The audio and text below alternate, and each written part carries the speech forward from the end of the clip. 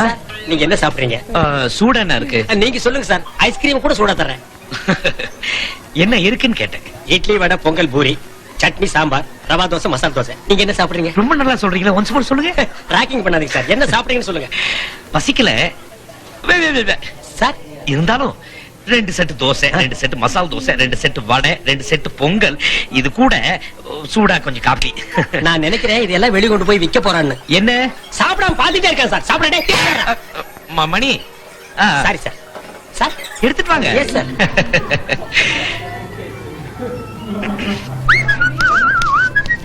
Bank மேனேஜரா ஏதோ சாப்பாடு ஓசியில கிடைக்கிற வரைக்கும் ஓகே தான்.